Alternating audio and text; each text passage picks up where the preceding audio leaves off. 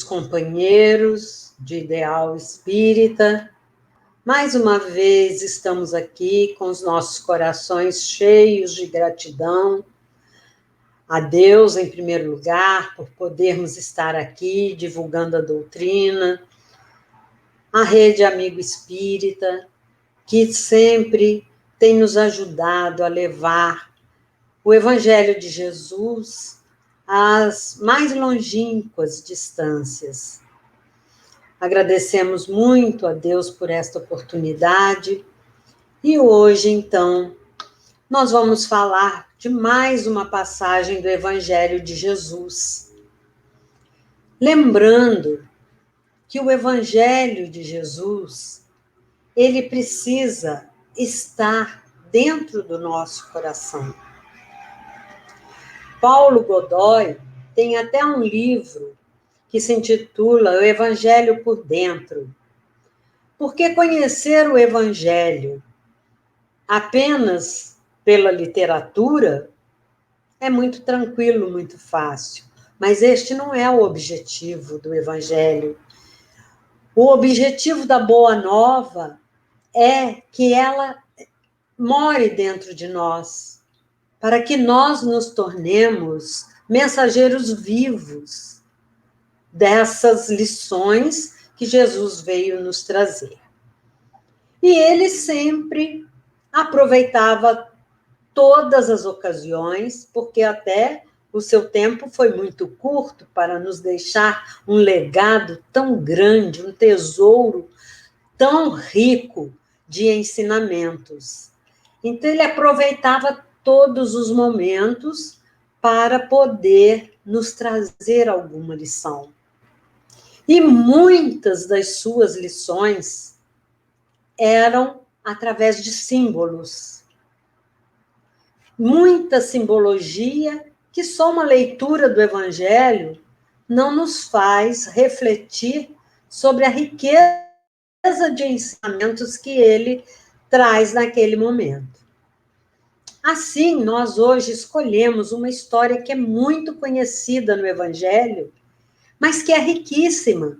É uma história lindíssima. A história de Jesus e Zaqueu. Quem nos conta essa história é Lucas, no seu Evangelho, no capítulo 19, nos versículos de 1 a 10. E nós iniciamos aqui nessa primeira imagem com a figura de um sicômoro, porque o sicômoro já é o primeiro símbolo dessa história. O sicômoro é uma árvore muito própria naquela região, uma árvore também chamada de figueira, uma espécie de figueira, que tem as folhas muito parecidas com a amoreira, cujo diâmetro dessa árvore, a gente vê que ela não é muito alta, mas ela é larga.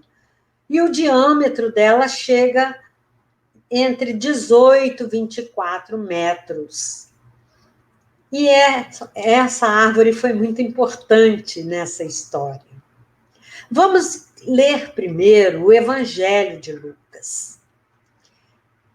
Lucas nos diz assim: entrando na cidade, atravessava Jericó.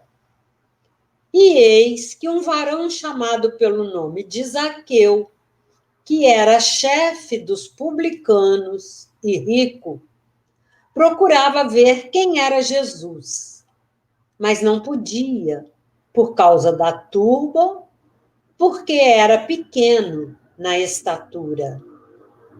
E correndo adiante, subiu em um sicômoro, a fim de vê-lo, porque estava prestes a passar por aquele lugar. E quando chegou ao local, olhando para cima, disse Jesus para ele: Zaqueu, apressando-te, desce, pois hoje é necessário permanecer em tua casa. Ele, apressando-se, desceu e o hospedou com alegria. Ao verem isso, todos murmuravam, dizendo: ele foi pernoitar com um varão pecador. Ficando de pé, disse Zaqueu ao Senhor: Senhor, eis que dou metade dos meus bens aos pobres. E se extorquir algo de alguém, restituo em quádruplo. Disse-lhe Jesus: hoje houve salvação nesta casa, porque este também é filho de Abraão, pois o Filho do Homem veio buscar e salvar o que está perdido. Comecemos então entendendo o que eram os publicanos. Os publicanos eram os arrematadores de impostos públicos. Eram homens romanos, né, cavaleiros romanos, encarregados pelo Império Romano de cobrar os impostos. E eles criavam, formavam companhias que eram muito poderosas e nomeavam, então, agentes nas diversas localidades, nas diversas províncias, por um período de 5 anos, para serem os arrematadores dos impostos. Assim, Zaqueu era um desses. Só que muitos deles que trabalhavam recolhendo os impostos, que eram muitos, entre eles decumane, que eram os impostos para os dízimos que eram recolhidos, partitores, que eram os impostos das alfândegas de todo o comércio, pecuária, que era para os pastos, e vários outros impostos. Muitos desses publicanos, eles não eram honestos. E muitas vezes arrecadavam mais imposto do que realmente era justo e devido. E ficavam com grande parte desses impostos. Por isso mesmo, os judeus não gostavam deles, porque sabiam que todo aquele dinheiro que era até extorquido deles, porque não era uma cobrança justa, era levado para Roma para alimentar toda a riqueza e luxo do Império Romano. Assim, as pessoas, o povo, não gostava dos publicanos e os olhava com olhos maledicentes.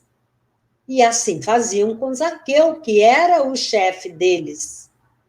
Mas Zaqueu era uma pessoa diferente.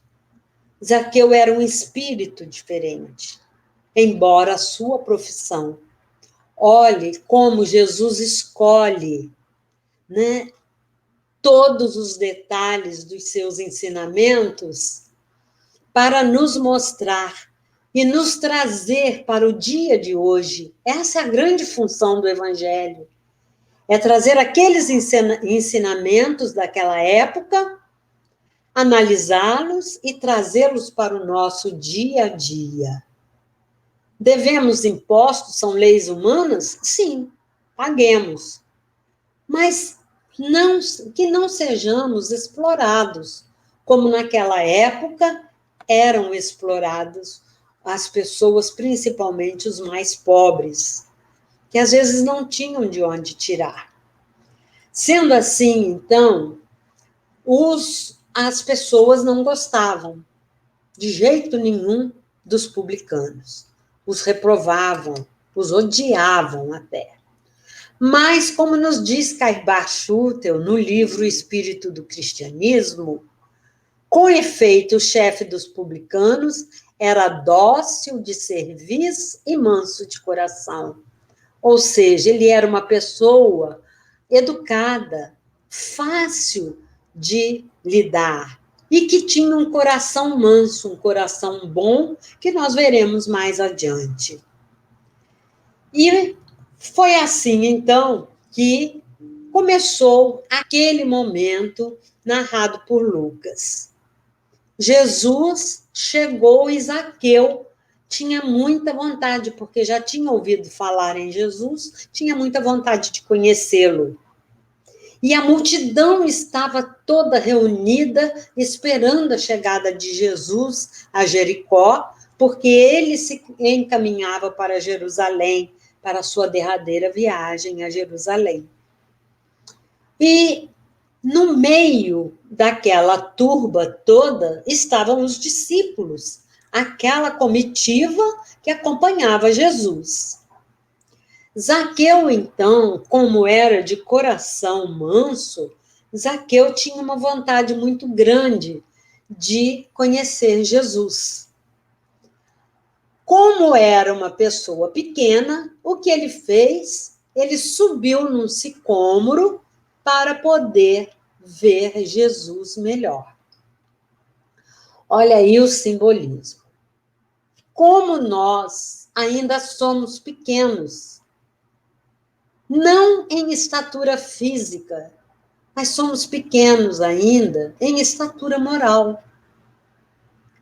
E é só quando nós nos elevamos o nosso padrão vibratório, quando nós subimos nos sicômoros da espiritualidade, é que nós conseguimos, então, abrandar mais ainda o nosso coração e receber o Evangelho de Jesus.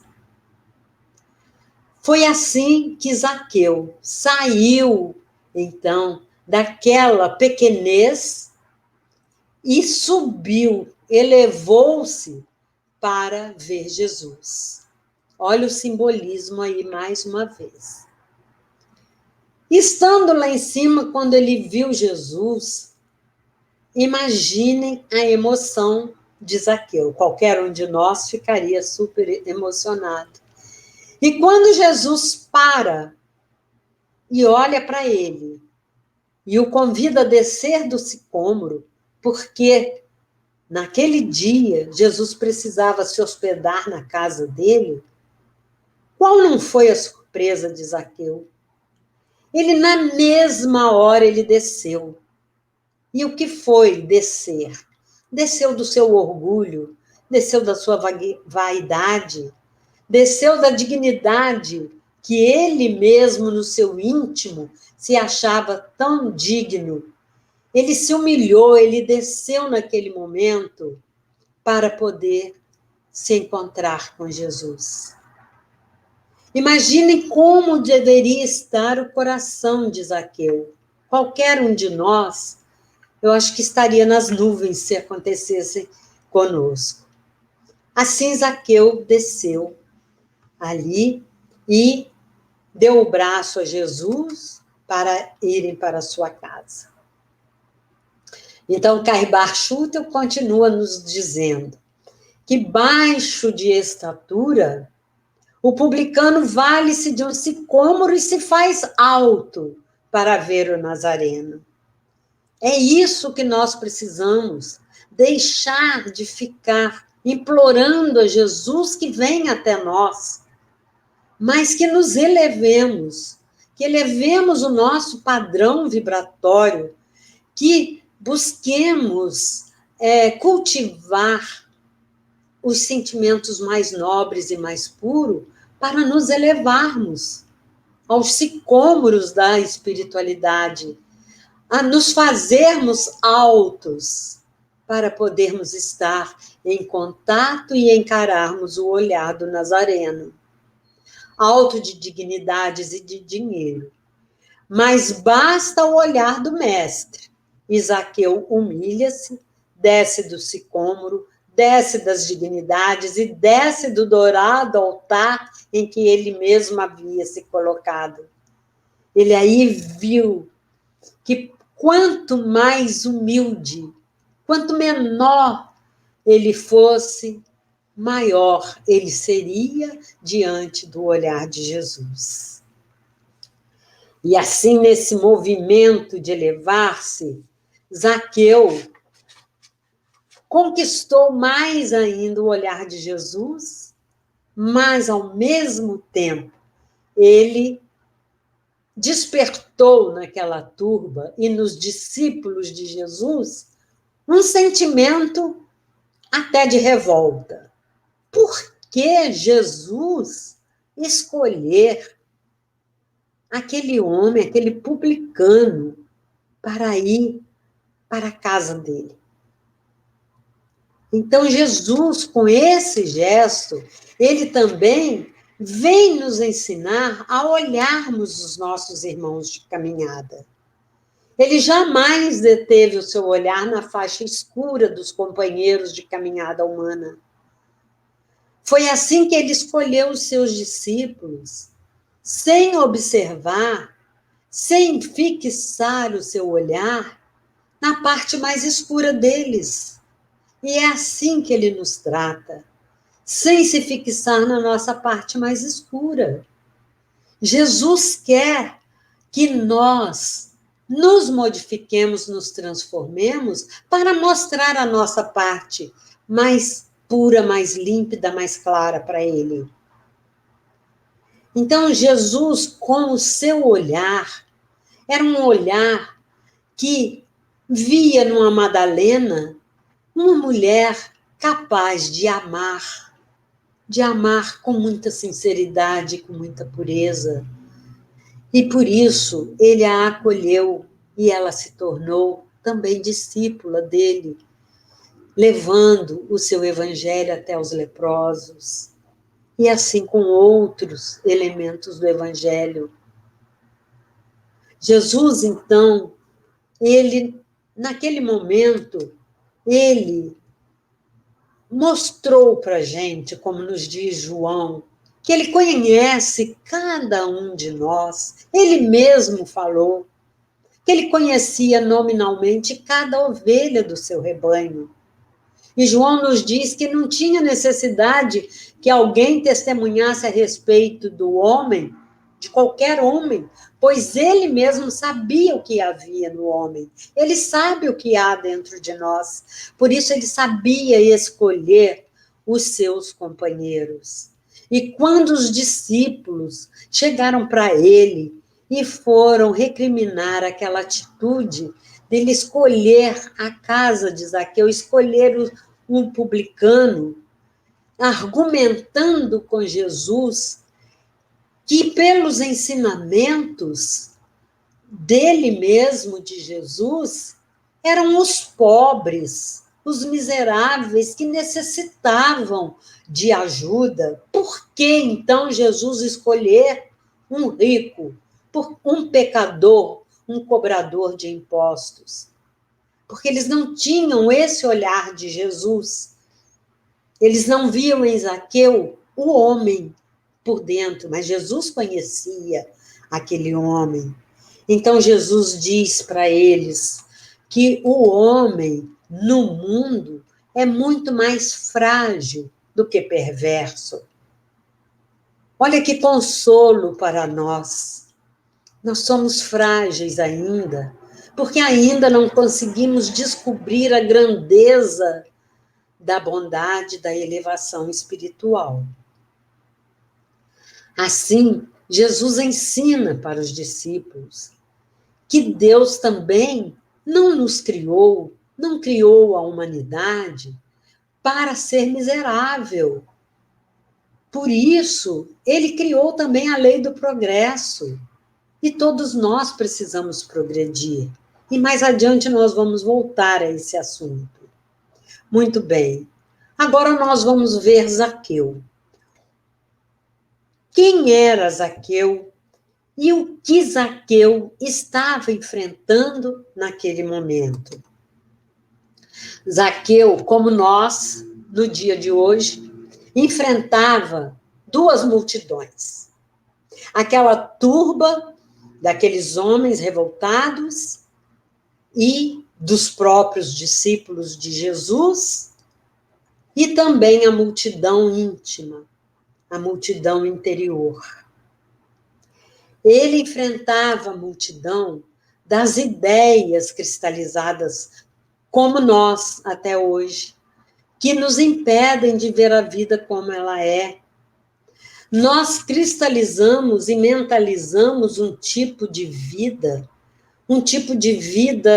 que dá muito mais valor às coisas materiais, que nos leva ao apego excessivo, que nos leva a destruir a nossa própria morada, a nossa própria natureza, que nos leva ainda a nos destruirmos uns aos outros, se não fisicamente, mas pela humilhação, pelo preconceito, pela indiferença. Então, essas ideias cristalizadas que ainda vivem dentro de nós são multidões de ideias que precisamos nos libertar e enxergar a vida por um outro prisma, ter um outro olhar para essa vida, que é uma vida eterna, uma vida feita de passagens, de existências, mas que é uma vida eterna, que é uma vida, uma caminhada de retorno ao Criador, que nos criou lá, simples e ignorantes, para que empreendêssemos essa caminhada de volta ao Pai.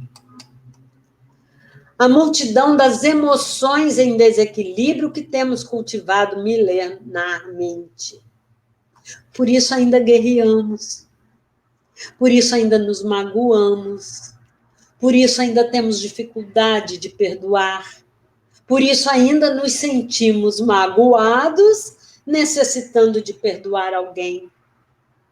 Por isso ainda sentimos raiva, sentimos ódio. Nós temos emoções e sentimentos ainda muito baixos pela nossa condição. Mas já é tempo de nós despertarmos. Por isso o evangelho precisa ser o evangelho de dentro de nós, para que nos modifiquemos, para que nos mostremos como filhos de Deus, para que trabalhemos essas emoções trazendo mais o equilíbrio, porque o equilíbrio é uma virtude muito grande, é aquela que não condiz com os extremos, nem o extremamente bom, porque ainda não conseguimos, é utopia para nós, e nem extremamente maus. A multidão das emoções em desequilíbrio. A multidão dos hábitos infelizes consolidados por milênios e que precisam ser renovados. Hábitos que fomos criando. Hábitos muito materialistas, imediatistas. Hábitos nossos que buscam sempre a porta mais larga, a porta das facilidades. Hábitos esses que muitas vezes nos tornam indiferentes ao companheiro que está necessitado. Hábitos que nos fazem olhar apenas para o nosso umbigo. Hábitos que nos tornam cada vez mais egoístas, orgulhosos. Então, são hábitos infelizes. O hábito da maledicência, do preconceito, né, de falar demais, de julgarmos por antecipação. Não temos o direito de julgar em hipótese alguma. Quanto mais julgarmos antes de conhecermos a verdade. Hábitos infelizes de não conhecermos e julgarmos sem conhecer. Então, são hábitos que não são multidões desses hábitos que nós precisamos trabalhar diariamente dentro de nós mesmos para nos melhorarmos. E das montanhas, que só a fé pode remover no nosso íntimo. As montanhas do egoísmo, do orgulho, que são as duas maiores chagas. As montanhas de todos os vícios, de todas as imperfeições de que ainda somos portadores. Então, são muitas multidões dentro da gente que hoje em dia nos fazem ter uma vida muito mais de aparências. Mas Jesus conhece o homem. E ele não nos conhece pelo que nós aparentamos. Ele conhece pelo que nós realmente somos. Todo progresso é muito bem-vindo. É lei de Deus, é lei divina. Mas que saibamos ter o equilíbrio no uso do progresso. E no mundo de hoje, com a facilidade da comunicação, das redes sociais, onde as nossas vidas estão expostas, teremos que ter cuidado ainda mais dobrado para trabalharmos essas multidões dentro de nós. Então, assim é que nós, como Zaqueu, devemos buscar a nossa transformação interior. Essa transformação que a doutrina espírita nos convida a todo momento. Essa reforma interior. Mas uma reforma que realmente nos transforme. E essa decisão de transformar, em Zaqueu, ela é verdadeira. Mas ela precisa ser verdadeira em nós também. Nós precisamos nos transformar. Ao encontrar o olhar de Jesus, ele nunca mais foi o mesmo. E aí voltamos lá a Saulo. Ao encontrar o olhar de Jesus, Saulo ficou cego. E a partir daquela cegueira, foi que ele conseguiu olhar para as multidões interiores dele, as multidões íntimas, refletir, se afastar, para poder se transformar verdadeiramente. Mas Jesus conhecia Saulo, sabia o potencial que ele tinha dentro dele, a cultura, o conhecimento que ele tinha, a fidelidade à lei mosaica. Então, a partir do momento que ele se transformasse no vaso escolhido por Jesus, ele seria brilhante na divulgação da doutrina. Mas não foi fácil para Saulo se transformar verdadeiramente. Foram aqueles 3 primeiros dias de cegueira, mas depois foram 6 anos no deserto, trabalhando essas multidões interiores. E Zaqueu foi naquele momento. Que dificuldade, qual de nós conseguiria uma transformação interior de momento como foi Zaqueu? Olha como Jesus conhecia o coração de Zaqueu. O próprio Pedro, que negou Jesus 3 vezes. Mas Jesus, respondendo aos seus discípulos, que não se conformavam muito dele amar tanto Pedro, mesmo Pedro tendo negado, então ele diz que o remorso foi tão grande que fez Pedro trabalhar e se transformar cada vez mais num verdadeiro apóstolo de muita caridade, atendendo a todos que batiam à casa do caminho. E assim, cada personagem do Evangelho, Jesus vem mostrar, mas a transformação de Zaqueu foi muito rápida ali, porque ele já estava predisposto. Tanto é que ele se elevou e subiu ao sicômoro. Zaqueu é um astro que brilha no Evangelho, porque o seu exemplo é um exemplo muito lindo e nós vamos continuar estudando a sua história e vamos ver que maravilha. Chegaram, então, à casa de Zaqueu. E lá chegando, foram recebidos toda aquela comitiva que estava com Jesus. Foi muito bem recebida na casa de Zaqueu. Zaqueu era só alegria. Para ele, aquela visita sublime era o máximo que ele podia desejar na sua vida. E aí ele foi para um alpendre, uma varanda, e foi conversar com Jesus. Olha que maravilha. E lá, conversando então com Jesus, ele começou a explicar: mestre, eu sou um homem rico, mas eu ofereço trabalho para muitos aqui da redondeza. Quantos pais de família que necessitam trabalhar para ter o sustento para os seus filhos, eu ofereço emprego nas minhas terras, na agricultura, na pecuária. Vêm famílias até de longe para trabalharem nas minhas terras. Aí o mestre, parabéns, é isso mesmo que se faz. A riqueza é dada ao homem para que ele gere realmente a oportunidade de outros trabalharem. Por isso a riqueza não é condenada. Então, quando a riqueza ela é bem empregada, quantos frutos bons ela pode trazer? Por isso a riqueza também é abençoada. E quando algum discípulo dizia para Jesus: mas, mestre, está escrito lá que é mais fácil um camelo passar pelo fundo de uma agulha do que um rico entrar no reino dos céus, Jesus então explica: mas existem ricos e ricos.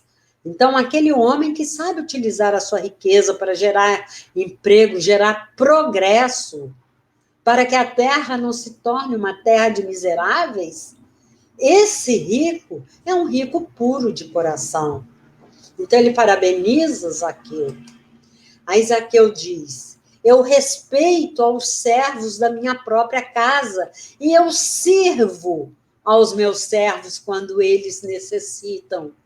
Então Jesus, muito bem, Zaqueu, porque todos nós somos servos do nosso Pai. Todos nós estamos aqui para servir ao nosso Pai. E como é que nós servimos ao nosso Pai? Servindo ao nosso irmão.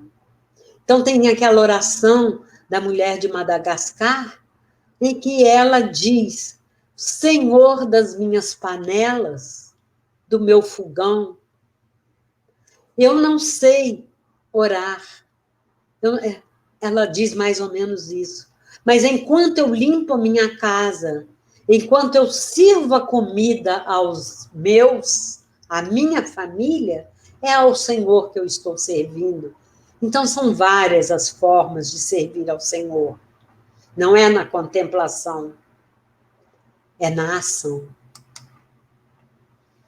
A alegria de repartir seus bens, quando ele então diz: Senhor, eu vou dividir os meus bens e metade eu darei a todos os pobres. Nos dias de hoje, quem teria a nobreza de Zaqueu de dispensar metade dos bens terrenos para oferecer aos pobres? Esse exemplo de Zaqueu é difícil de nós termos um exemplo vivo para podermos trazer, porque realmente é muito difícil. Mas me lembrei de a Dona Conceição Aparecida. Dona Conceição Aparecida, muito pobre, e foi morar em Uberaba. Ela cultivava uma horta para poder vender as verduras e poder alimentar também os filhos, e o marido lavava caixa d'água. Até que ela conseguiu um emprego no hospital da cidade e foi trabalhar na área do isolamento. E lá na área do isolamento haviam os pacientes com o pênfigo foliáceo, ou seja, a doença do fogo selvagem, que é uma doença contagiosa. E mudou a política da cidade, e tanto ela foi demitida do hospital, como todos eles tiveram que sair. Era muita despesa para o hospital. E ela pensou: o que fazer com esses pacientes? Vou levá-los para minha casa. Quando ela chegou em casa e falou que ia levar aqueles 10 pacientes para a casa dela, os filhos se revoltaram e falaram: se eles entrarem aqui, nós saímos. E ela disse: saiam, porque vocês têm a Deus e têm a vocês mesmos. E eles só têm a mim. E levou. E aí um filho sai, vai buscar um colchão, um vizinho doa uma coisa, e os filhos todos ajudando, e vamos fazer sopa. Ficaram lá uma semana, até que, como não era possível, arranjaram um galpão. Bom, resumindo a história dela, porque o nosso tempo é curto. Ela dividiu o que ela tinha, que era tão pouco. Ela dividiu com aqueles que necessitavam mais. E fazendo campanhas, foi para São Paulo, foi conversar até com a mulher do governador e conseguiu construir o Hospital do Fogo Selvagem, que é uma referência para o Brasil, lá em Uberaba. Muito bem, Isaqueu continua. Senhor, eu vou pagar a quem eu extorqui alguma coisa, eu faço questão de pagar em quádruplo. Qual de nós que tendo uma dívida com um companheiro, a gente vai pagar 4 vezes mais? Muito difícil entre nós, mas são exemplos que precisamos nos lembrar deles. E por último, então, ele vai buscar os filhos para apresentar os filhos a Jesus. Não para pedir a Jesus que leve seus filhos para colocar um do lado direito, outro do lado esquerdo do Pai, porque ele entendia a doutrina de amor que Jesus trazia, mas para que os filhos sentissem e conhecessem a grandeza daquele Espírito que estava ali, honrando a sua casa, naquela visita sublime, que pernoitaria ali com os seus amigos, trazendo a salvação para aquela casa. Olha o exemplo dele para os filhos. Então, o olhar de Jesus é o olhar que nós precisamos ter. Esse olhar, então, busquemos algo do olhar de Jesus para os nossos olhos. Quando olharmos para alguém, procuremos olhar com o olhar de Jesus. Busquemos algo do olhar de Jesus para os nossos olhos. E a crítica será definitivamente banida do mundo das nossas consciências. Se outros não fizerem, nós estamos limpando as nossas consciências. Estamos nos elevando, começando a subir no nosso sicômoro. Porque então teremos atingido o grande entendimento que nos fará discernir em cada companheiro do caminho, ainda mesmo quando nos mais inquietantes espinheiros do mal, um irmão nosso, necessitado. Antes de tudo, do nosso auxílio, de nossa compaixão. Por mais que este irmão tenha se equivocado, tenha chegado até ao crime, ele é nosso irmão. Ele necessita de uma prece, pelo menos. Se nada pudermos fazer, que oremos por eles. Que oremos pelos nossos irmãos, como diz Maria Dolores, não por aqueles que estão passando fome. Eles têm a bênção do Pai.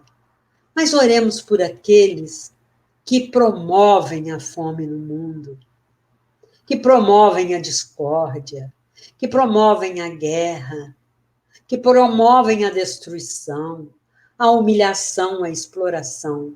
Oremos por eles. São necessitados do caminho. Então, Jesus, depois deste colóquio todo com Zaqueu, fala aquela frase tão sublime: hoje entrou a salvação nesta casa. Imaginem que maravilha! E agora, concluindo, nós temos algumas questões para refletirmos. Já conseguiremos olhar as pessoas e os acontecimentos sem ideias pré-concebidas e sem julgamento? Será que nós já conseguimos ter este olhar? Se ainda não, claro, nós somos caminhantes ainda, estamos aprendendo, estamos estudando. Vamos nos exercitar para olhar as pessoas sem pré-julgamento. Olharmos como irmãos e pensarmos, se ela me magoou, ela não estava num bom momento. Coitada, ela não sabe o que faz ainda. Será que já somos capazes de enfrentar as nossas multidões íntimas? É uma batalha por dia. Todos os dias temos que lutar para enfrentarmos essas multidões das nossas ideias cristalizadas, dos nossos preconceitos, dos nossos vícios, dos nossos defeitos. Quando aprenderemos a olhar cada um como alguém a quem podemos ajudar? Fora da caridade não há salvação. Quando é que nós poderemos servir aquele que nos serve? Ajudar aquele que... Nem precisamos ir tão longe, aquele que está mais próximo de nós.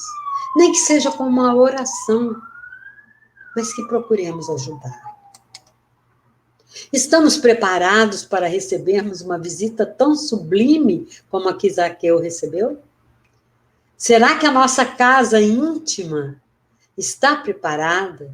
Será que ela tem um cantinho reservado para Jesus? Para ele nos visitar e pernoitar na nossa casa íntima e ficar conosco?